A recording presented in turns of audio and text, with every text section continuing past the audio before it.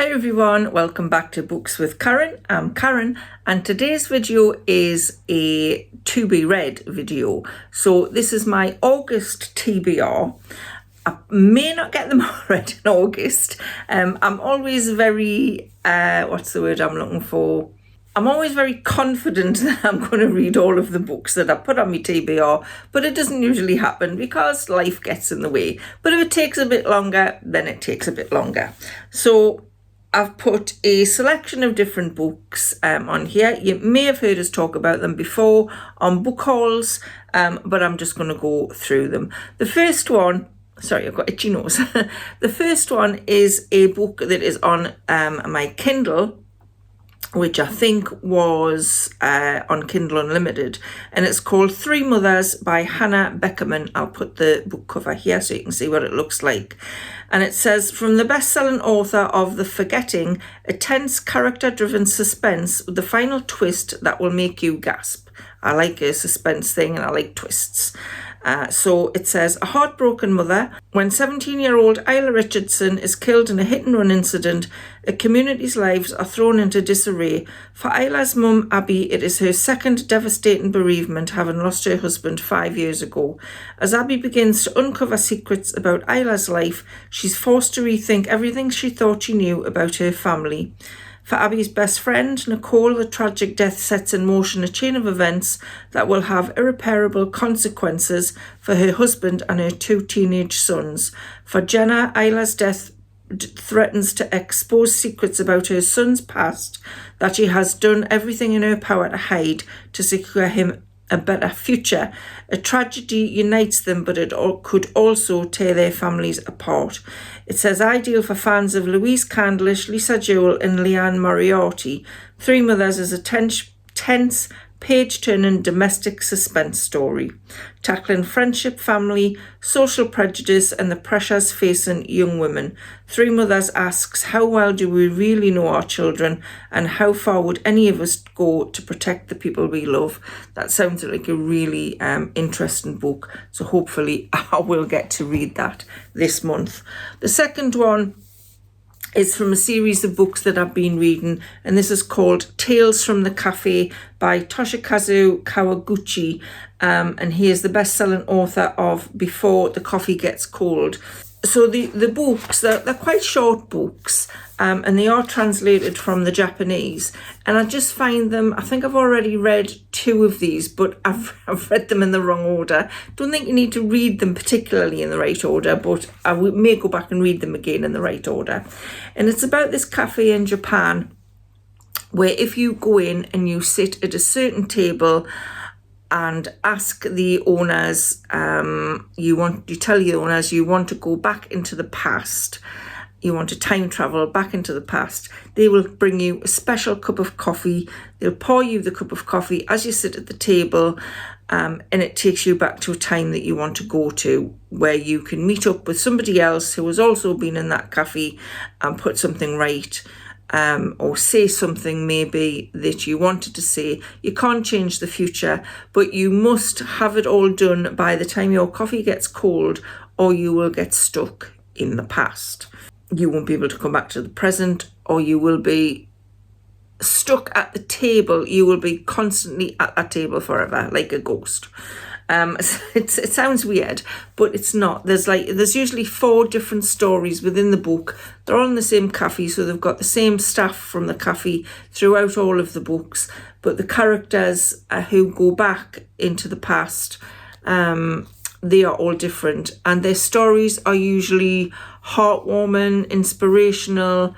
They're just really nice. It's a cozy read. So yeah, I'm looking forward to reading the second one in the series, Tales from the Cafe. The next book is a book I got out of the library, so I need to read this pretty quickly. And I did mention this on a video I did recently. I think it was a book haul video I did. And this is called The Hourglass by Tracy Reese. It is set in Tenby, which was one of my favourite holiday destinations. And it's a 2-timeline type of story. It says, a moving journey about finding love and the healing power of a magical place by the sea. and it flits between 1950 and 2014. For 2014, it says, sensible Nora has always taken success for granted until suddenly her life begins to fall apart. She's troubled by anxiety and nightmares and finds herself drawn to the faraway beaches of Tenby. But Tenby hides a secret. I am sitting on the floor here and I've hurt my legs. Don't know why I'm sitting on the floor. It just seems the right place to do because I've got the bookcase behind us. But Tenby hides a secret, and Nora will discover that this little town by the sea has the power to heal even the most painful memories. And then in 1950, teenager Chloe visits Tenby every summer. She stays with relatives. Every year is the same until she meets a glamorous older boy and is instantly smitten. But on the night of their date, Chloe comes to a realisation, the aftermath of which could haunt her forever. So I'm guessing Nora and Chloe are in some way connected. So I'm looking forward to reading that one. I've just finished The Forgotten Garden, which I'm going to be doing the live review of this afternoon. But you won't be seeing this video until later in the week, so you might have already seen that one, but I'm thinking it's going to be a very similar kind of setup as that book. The next book I decided to read this month is The Secret Barrista, Nothing But the Truth, the memoir of an unlikely lawyer. So it's just what it says on the tin. It is a non-fiction book. It's the Secret Barrister's hilarious, sometimes shocking and frequently surprising memoir, and a diary that takes us behind the scenes of their middling ambition. It charts an outsider's progress down the winding path towards practicing at the bar. So I'm guessing if you read the, I think it was called This Is Going to Hurt by, I think it was Adam Kay, the one about the doctor's experiences. I think it may be similar to that. But this is from a barrister's perspective. So looking forward to reading that one. That should be fun or interesting anyway. This next one's been on my shelf for a while, and it's called Spells for Forgetting by Adrian Young. And I don't think I've ever mentioned this before. It says, Emery Blackwood's life changed forever on the eve of her high school graduation, when the love of her life, August Salt, was accused of murdering her best friend Lily. She'd once dreamt of running away with August, eager to escape, I'm not quite sure how you pronounce that, Saoirse Island, maybe? Saoirse Island, and chase new dreams together. Now she is doing what her teenage self swore she never would, living a quiet existence amongst this tight-knit community steeped in folklore and tradition. I just had an awful feeling there that I hadn't pressed record, but I have. When August returns after 14 years to bury his mother's ashes, Emery must confront her first love and the reason he left so abruptly. But the town wants August gone again. And as the island shows signs of strange happenings, the emergence of deep betrayals and hidden promises threatens to reveal the truth behind Lily's death once and for all. Lush with secrets, magic and a past that won't stay where it belongs, says Jodie Picoult. So yeah, I'd be interested in reading that. I haven't read anything by Adrian Young before, but the book just looked interesting. The next on my list is Dracula by Bram Stoker, and I have mentioned in a previous video that I'm reading this as well as with my son Simon, and we are going to be dissecting it on a video on this channel in the future, probably September now I think.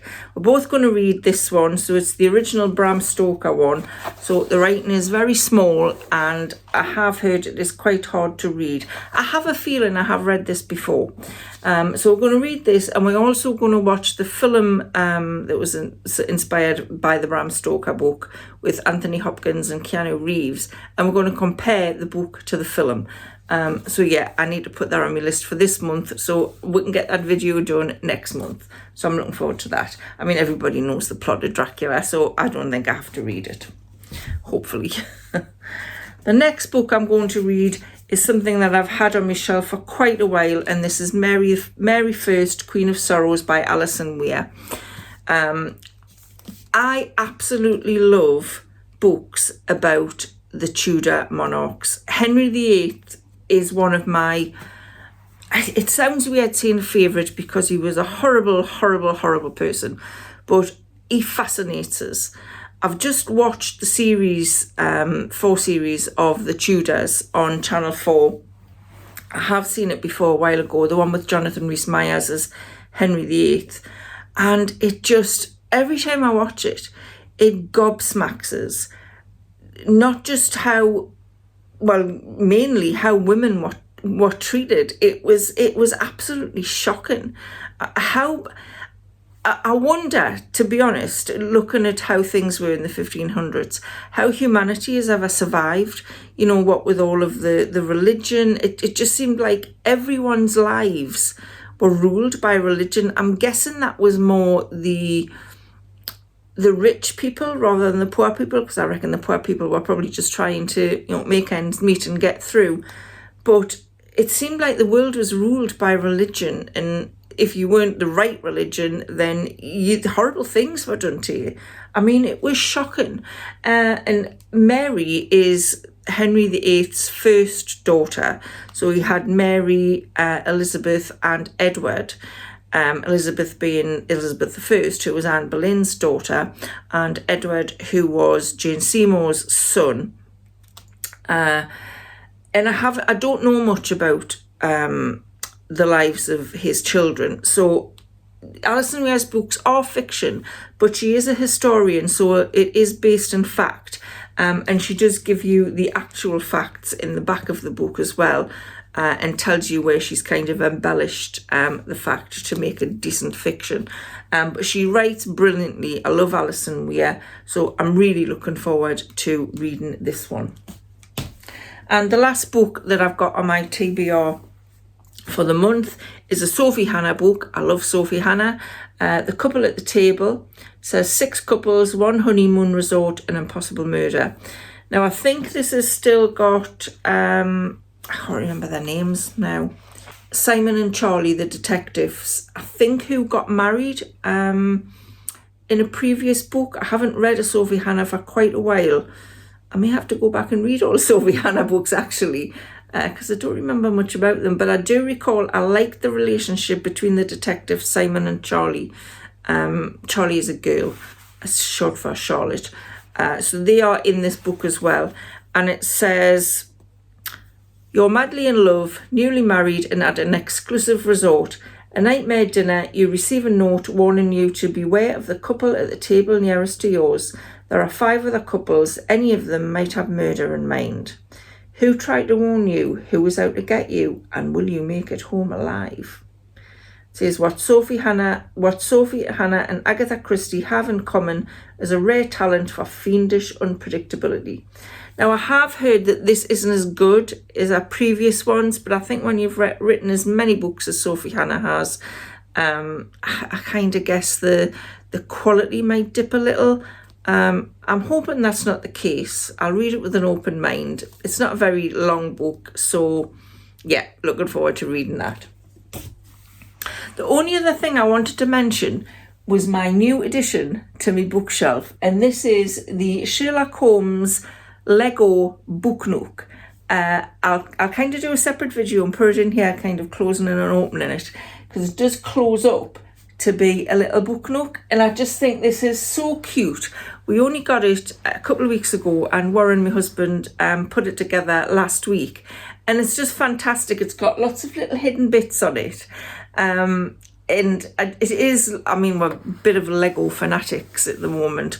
Warren started doing Lego last year when he had chemo. It just helped him have something to do and keep his mind occupied when he couldn't really do much else. So he has done quite a bit of Lego in the last year.